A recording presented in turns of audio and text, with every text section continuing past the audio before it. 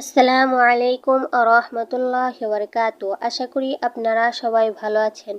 আল্লাহর অশেষ রহমতে আমিও ভালো আছি, আলহামদুলিল্লাহ। আমি আজকে আপনাদের সামনে যে স্বপ্নের ব্যাখ্যাটি নিয়ে এসেছি সেটি হচ্ছে, স্বপ্নে নবজাত কন্যা সন্তান ও পুত্র সন্তান দর্শন করলে তার ব্যাখ্যাটা কী হবে। প্রিয় বন্ধুরা, আশা করি শেষ পর্যন্ত শুনে যাবেন, দেখে যাবেন। স্বপ্নে নবজাত কন্যা সন্তান দেখলে তার ব্যাখ্যাটা হবে, তাবিরের ক্ষেত্রে নবজাত কন্যা দেখতে পাওয়া পুত্র সন্তান অপেক্ষা উত্তম। যে ব্যক্তি নবজাত শিশু কন্যা স্বপ্নে দেখে সে সুখ শান্তি ও আনন্দ লাভ করবে।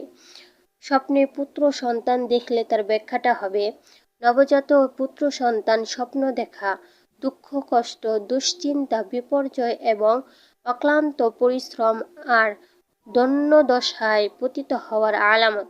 যে স্বপ্নে দেখল আর যার পুত্র হয়েছে বলে স্বপ্নে দেখল, উভয়ের একই অবস্থা।